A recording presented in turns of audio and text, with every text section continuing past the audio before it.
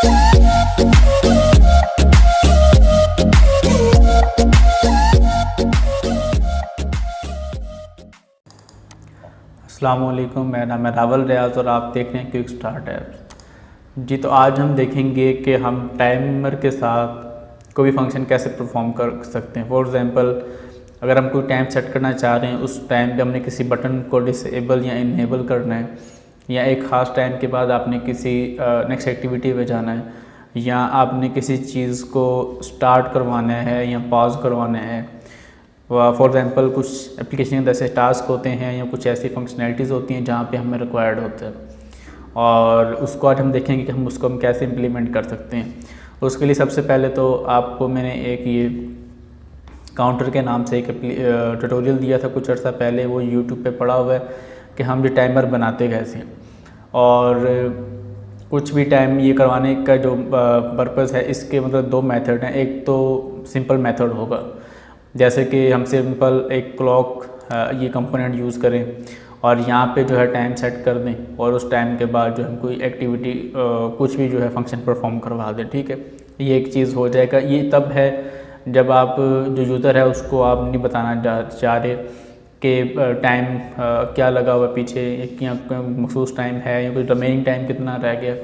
For example, ये हम अगर यूज़ करते हैं सप्लाई स्क्रीन के लिए, ठीक है, ज़्यादातर इस क्लॉक कंपोनेंट को, कि उसमें यूज़र को नहीं पता होता कि पीछे क्या टाइम सेट किया गया। फॉर एग्ज़ाम्पल, हम यहाँ 3 सेकंड सेट कर रहे हैं या 2 सेकंड सेट कर रहे हैं, तो वो क्या होगा, वो उसको शो नहीं होगा टाइम काउंटर की टाइम कितना रिमेनिंग है। वो खुद ब खुद ही सप्लाई स्क्रीन को 2-3 सेकंड के लिए देखेगा और ऑटोमेटिक ही वो जो है एप्लीकेशन नेक्स्ट एक्टिविटी पे चली जाएगी। ठीक है, इसको यहाँ पे जो टाइम इंटरवल है ये 1000 जो मिली सेकेंड्स हैं, ये इक्वल होता है 1 सेकंड के।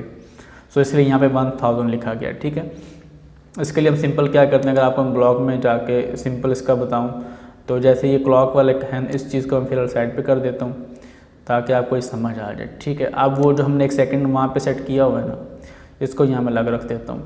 अब फॉर एग्ज़ाम्पल, मैं यहाँ से जाता हूँ और मैं इसको कर देता हूँ यहाँ से 3000 मिली सेकेंड। तो अब ये जो है 3 सेकंड तक इसका टाइम चलेगा। ठीक है, 3 सेकंड्स के बाद मैं यहाँ से इसको सेट किया और मैं कहता हूँ कि 3 सेकंड बाद जो है ये नेक्स्ट एक्टिविटी पे जाना चाहिए। ठीक है, फॉर एग्ज़ाम्पल, मैं यहाँ से ओपन कर लेता हूँ कंट्रोल में से, यहाँ से हम देख लेते हैं ओपन एन अदर स्क्रीन। ठीक है, अब ये चीज़ हो जाएगी ओपन एन अदर स्क्रीन, और यहाँ मैं अगर सिम का नेम लिखूँगा तो ये क्या करेगा, जैसे ही 3 सेकंड कंप्लीट होंगे तो ये हमें नेक्स्ट एक्टिविटी के अंदर ले जाएगा। ठीक है, तो ये चीज़ होगी कि अगर आपने बैक एंड पे काम करना है। लेकिन अगर आप चाहते हैं कि आपने इसको यूज़र को शो करवाना है कि कितना टाइम रिमेनिंग है, ये काउंटर चलता हुआ बताना है उसको, और उस पर कंडीशन लगानी है, तो उसके लिए हम अब क्या करेंगे, इसको हम थोड़ा सा मैं आपको पहले डिज़ाइन सेक्शन में बता दूं, वहाँ पे प्रॉपर्टीज़ क्या सेट करनी है वो आपको बता दूं। ठीक है, अब ये लेबल है हमारे पास। ठीक है, सबसे पहले तो ये खुद ही मैंने यहाँ पे ये जो टाइम का फॉर्मेट होता है वो इस फॉर्मेट में मैंने यहाँ पे टेक्स्ट जो है दिया हुआ। ठीक है, फिर एक यहाँ स्पेस दी है और एक ये बटन रखा हुआ है। ये बटन जो है सिर्फ इसलिए रखा हुआ ताकि इस पर हम कंडीशन अप्लाई कर सकें। ठीक है, किसको डिसेबल करना है, इनेबल करना है, या बैकग्राउंड कलर चेंज करना है, या इसका टेक्स्ट चेंज करना है, तो वो जो कंडीशन है वो हम यहाँ पे इस पर देख सकें। तो इसके अलावा जब आप, और इसके अलावा जो क्लॉक है, क्लॉक कंपोनेंट आपने लेना है, इसमें टाइमर इनेबल कर लेना है, लेकिन ऑलवेज फायर नहीं करना आपने। ठीक है, और यहाँ पे इसको आपने 1000 कर देना है, 1000 इक्वल टू 1 सेकंड। और अब यहाँ पे क्या करेगा, ये जो क्लॉक है, जैसे मैंने पहले बताया कि इसको 3000 पे हमने रखा है, तो 3 सेकंड के बाद जो है वर्क करेगा जो भी एक्शन होगा। अब हमने यहाँ 1 सेकंड रख दिया। ठीक है, अब ये 1 सेकंड के बाद कोई भी जो एक्शन होगा वो परफॉर्म करेगा। लेकिन अब इसका आप ये सोच रहे होंगे कि यहाँ तो 1 सेकंड कर दिया, लेकिन अगर हमने 10 सेकंड देना है, 30 सेकंड देना है, 1 मिनट देना है, तो वो हम कहाँ से देंगे, वो सारी चीज़ हम अब ब्लॉक से करेंगे। ठीक है, तो अब ब्लॉक सेक्शन में हम चलते हैं और यहाँ पे आपको मैं समझाता हूँ। अच्छा, वहाँ पे हमने 1000 1 सेकंड सेट कर दिया। ठीक है, सो ये जो ग्लोबल वेरिएबल दिया है यहाँ पे अभी 60 लिखा हुआ है, यहाँ पे आपने टाइम सेकंड्स में ही लिखना है। ठीक है, वहाँ पे आपने डिज़ाइन सेक्शन में कुछ भी चीज़ चेंज नहीं करनी, सिर्फ टाइम वाले यहाँ पे आके ब्लॉक्स में टाइम ये जो दिया गया है यहाँ पे आपने टाइम सेकंड्स में लिखना है। फॉर एग्जांपल, मैं कहता हूँ कि 2 मिनट के लिए जो है मैं लगाना चाहता हूँ कोई टास्क। तो 2 मिनट में कितने सेकंड्स होते हैं? 120, ठीक है। 1 मिनट में 60 सेकंड होते हैं, तो मैं यहाँ से इसको 120 कर दूँगा, ठीक है।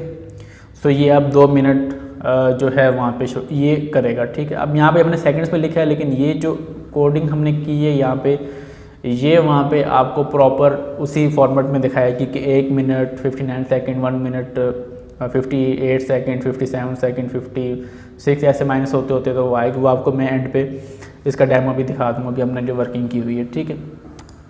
अभी के लिए इसको मैं फॉर एग्जाम्पल रख लेता हूँ 10 सेकंड पे, ठीक है। अब आप इस कोड को समझिए। ये व्हेन क्लॉक वाला जब ब्लॉक लगाया था हमने स्क्रीन के लिए, तो वो 3 सेकंड बाद एक्शन परफॉर्म कर रहा था। अब हमने इसको सेट किया 1 सेकंड पे। अब ये क्या करेगा, हर 1 सेकंड पे ये फंक्शन कॉल होगा। और ये हमने क्यों लगाया हुआ है? क्योंकि हमने इसको 1 बाय 1 माइनस करके हमने यूज़र को शो करवाना है कि ये जो काउंटर है ये कैसे वर्क कर रहा है, इसमें कैसे 1 बाय 1 हर चीज़ माइनस हो रही है 1 सेकंड के बाद, ठीक है, वैल्यू। अब यहाँ पर हमने पहले कंडीशन लगा दी, इफ़ जो ग्लोबल टाइम है ये जब तक 0 से ग्रेटर रहेगा तो क्या होगा, ये जो ग्लोबल टाइम का सेट किया इसमें से -1 होता रहेगा, ठीक है।